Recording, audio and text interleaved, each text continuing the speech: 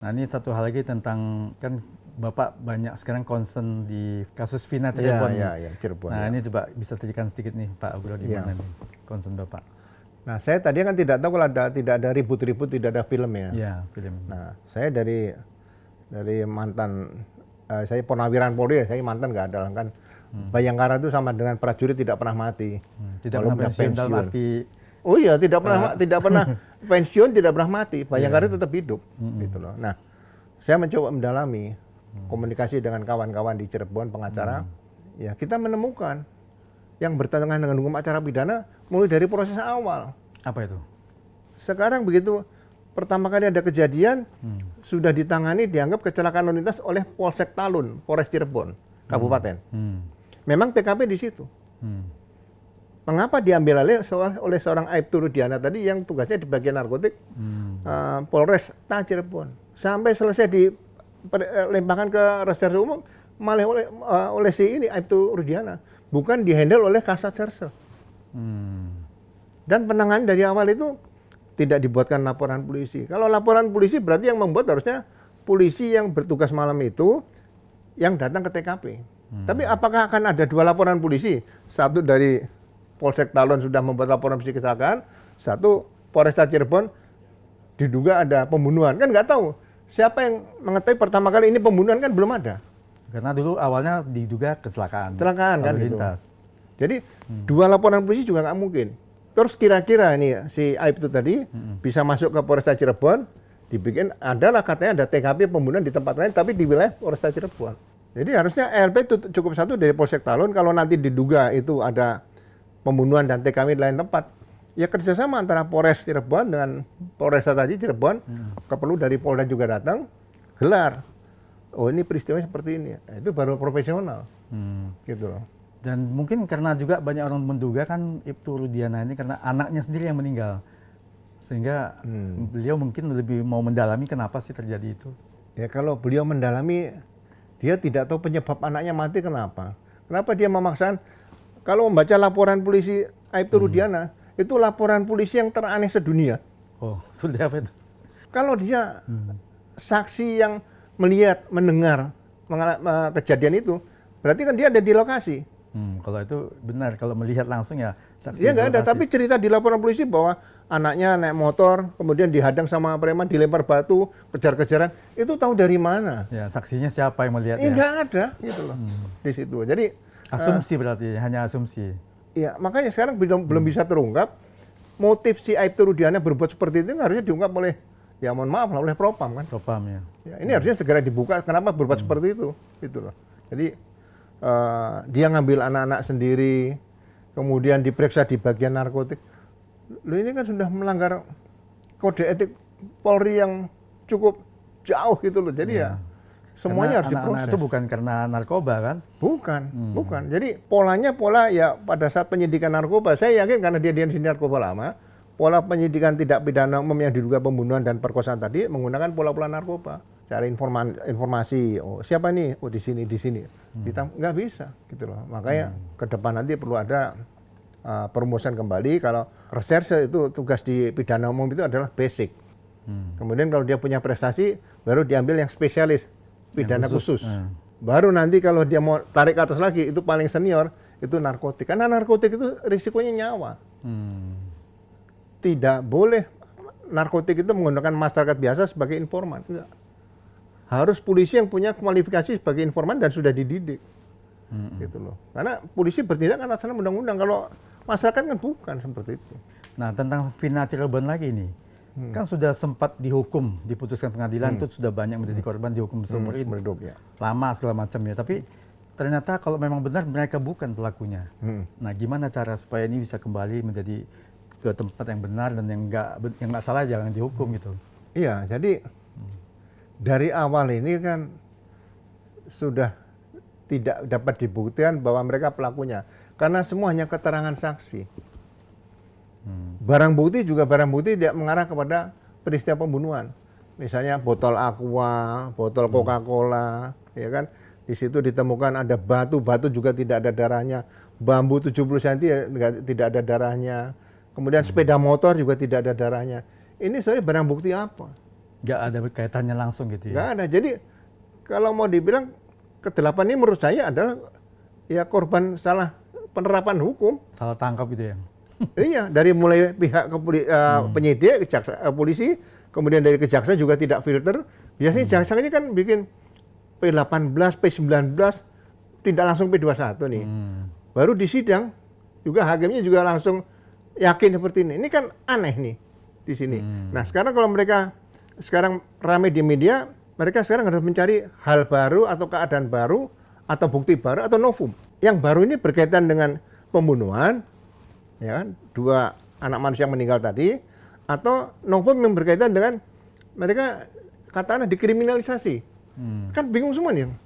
Jadi novum bukti baru apa? Ya, satu kalau menurut saya sidang pra peradilan Peggy tadi, dia dibebaskan dari segala tuntutan dan sebagainya karena tidak ada scientific crime investigation. Nah, Peggy ini diduga pelaku utama yang juga diduga memperkosa. Nah, kalau pelaku utama saja lepas nggak ada masalah, nah yang 8 mau diapakan? Ini kan penyertaan nih, pasal 5556 KUHP ini. Ya di situ ini risiko. Nah, untuk ke depan jangan sampai terjadi, untuk perbaikan ya silahkan ya, nanti ini proses kan PK nanti. Nah, makanya PK ini ada, pra PK-nya kan di Pengadilan Negeri Cirebon sebelum dikirim ke Mahkamah Agung nih. Ini yang saya ya pendapat sama Prof. Ibnu itu tadi, yang pakar hukum dari perguruan tinggi. Ini PK dalam arti luas. Ada sebelum piring Mahkamah Agung, cek ke TKP, semua dipanggil jaksa, oke. Nanti berita acara pemeriksaan dalam rangka PK tadi, Pengadilan Negeri Cirebon mungkin satu berkas sendiri, tebel itu nanti kira-kira gitu. Ya, tapi dengan bebasnya tadi Peggy Setiawan itu menjadi novum juga kan? Novum itu. Novum. Jadi LP kejadian tanggal 27 Agustus, LP-nya tanggal 34 hari loh. Itu kan udah cacat hukum. Tidak didampingi penasihat hukum selama pemeriksaan. Itu juga cacat hukum. Banyak cacat hukumnya. Dan juga banyak juga yang mengakui bahwasanya waktu diperiksa itu mereka dianiaya segala macam sehingga terpaksa harus mengakui padahal mereka tidak melakukan. Itu gimana? Loh, iya, makanya itu kadang-kadang kan susah membuktikan. Tapi kan mereka sendiri yang mengalami ya. Nah, ini propam harus aktif. Satu, pengacara mau ketemu langsung katanya nggak bisa. Kedua, nah mereka kenapa dari Polres peristiwa tanggal 27 kalau nggak salah diserahkan ke reserse yang umum dari pihak Aibtu Rudi itu tanggal 31 sore malam. Tapi tanggal 1 kan harusnya tanggal 2 masih di Polres Cirebon nih. Tapi saya dapat informasi katanya tanggal 2 sudah dikirim ke Polda. Seharusnya tim Polda bantu ke Polres Cirebon.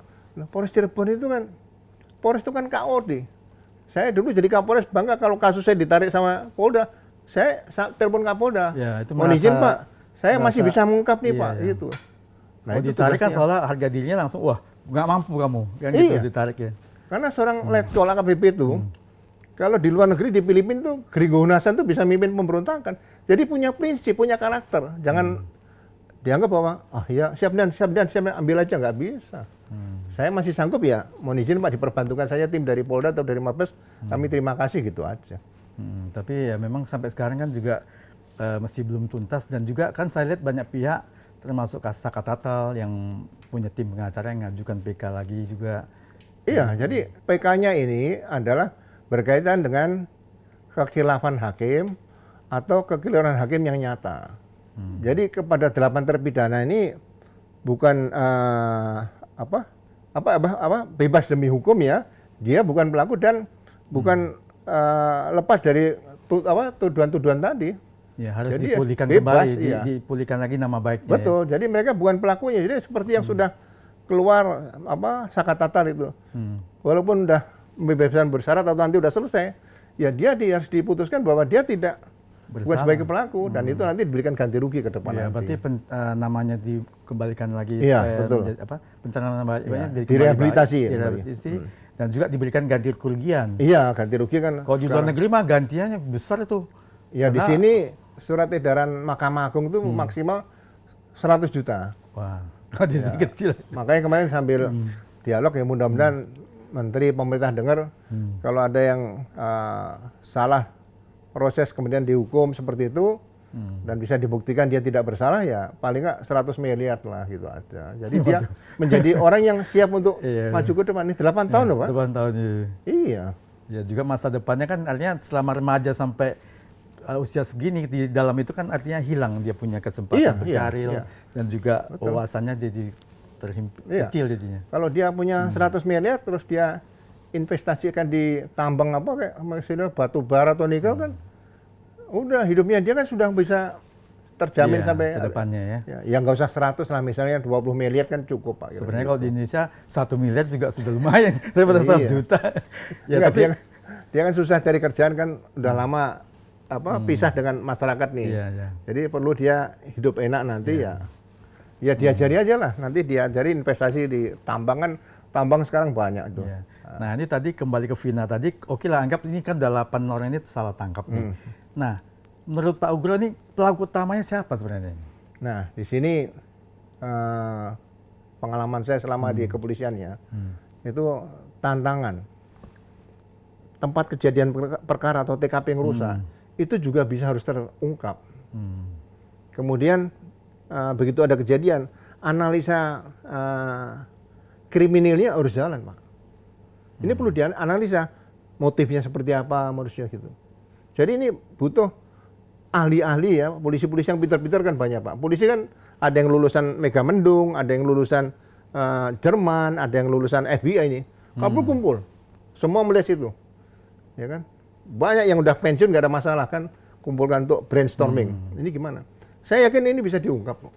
Apa mungkin karena waktunya udah terlalu lama dan juga barang buktinya sudah nggak bisa diperiksa kembali dan juga pada saat itu kan tidak dilakukan scientific crime investigation waktu itu. Iya, saya rasa kaitan sama pelaku belakangan lah. Yang penting penyebab matinya dua ini apa? Apakah memang pembunuhan atau kecelakaan lalu lintas? Ya kita ikuti hasilnya nanti, ya kan? Tapi kan berangkat dari laporan polisi mana dipakai? Kalau saya laporan polisi yang dibuat oleh petugas Polsek Talun, karena itu polisi atas nama undang-undang, atas nama hukum yang datang ke TKP dan membuat laporan polisi. Itu dari situ. Nanti kalau berkembang ada pembunuhan ya tinggal dikembangkan saja. Gitu aja. Kalau tidak salah saya pernah ditunjukkan foto oleh pihak-pihak tertentu, saya pernah lihat ya. Jadi pada saat foto yang mereka di situ jatuh itu sepertinya memang darah itu langsung mengalir di kepala ke jalannya. Jadi bukan karena dibunuh tempat lain, ditaruh ke sana lagi. Kesannya seperti itu kelihatan kalau dari foto ya. Kalau menurut Bapak, apakah Bapak sudah melihat foto itu barangkali? Kita di samping melihat foto juga komunikasi dengan pengacara-pengacara. Nah, jadi kira-kira apa pendapat Bapak gimana? Iya.